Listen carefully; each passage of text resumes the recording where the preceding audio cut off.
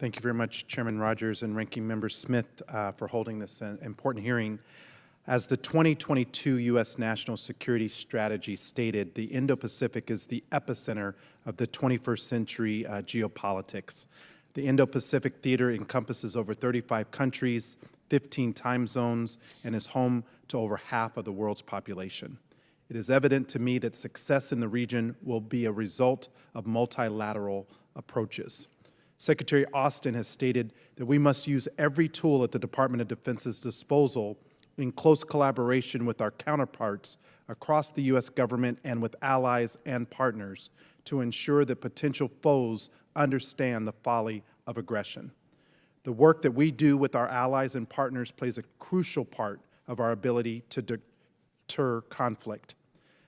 As you know, my district includes Nellis Air Force Base, who, aligned with the National Defense Strategy, have focused their red flag exercises on the Indo-Pacific theater and the pacing challenges alongside our allied partners. So how are we collaborating with our allies and our partners to build an advantage and deter any challenges that we may face in the region? And how are you working with our counterparts in the U.S. government to address issues in the Indo-Pacific, and what can Congress do to further assist in those efforts? Congressman, I'll jump in first here on this one. As you alluded to in your comments, deterrence holds in this region for two reasons. One is because we have the right capabilities postured at the right level of readiness, and secondly, because our allies and partners are standing with us. And in that regard, I would say that we're doing more than ever with respect to advancing our relationships with our allies and partners. In Japan, we're watching the Japanese Diet increase the defense budget by over 25% just in the next year. They've supported a counter-strike capability, and they are now offering to host a U.S. Marine Littoral Regiment in Japan for the very first time. The AUKUS arrangement is a historic opportunity for us to be able to put increasing capability in the undersea domain and to increase interoperability with two of our most capable allies.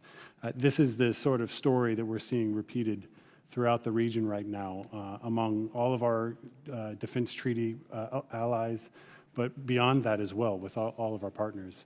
And so when we're talking about having the right capabilities and watching defense budgets support that, postured in the way that actually does create the right kind of deterrent effect to our adversaries, all of that is underway right now, and we're breathing oxygen into that work every single day. Yeah, Congressman, as it applies from the training lens, right? So we do like I said, 120 exercises, operations. The training aspect of our allies and partners is critical. Some of them come to your state and go to the gold standard, right, of Nellis for the Air Force, Fallon for the Navy.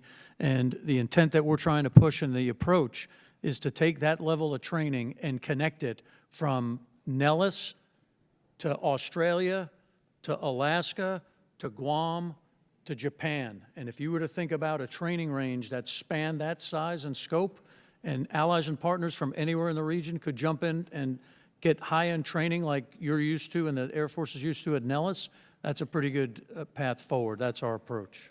Thank you for the recognition of the great work that our service members are doing at Nellis and beyond.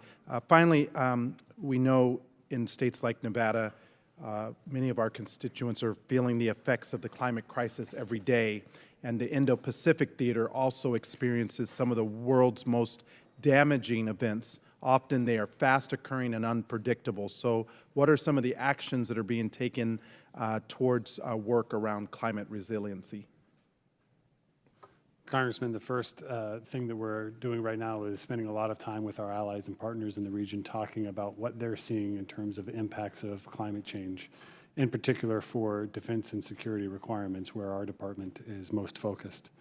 And to that regard, we are looking at ways to mitigate those impacts, whether it's related to infrastructure or energy security. And I do think over time, investments that we need to be making into green technologies that support our defense requirements and those of our allies and partners will be absolutely critical in the coming years.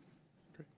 Thank you. Congressman, I've provided, my organization has done a 30-year prediction on what each of those nations might be seeing coming their way.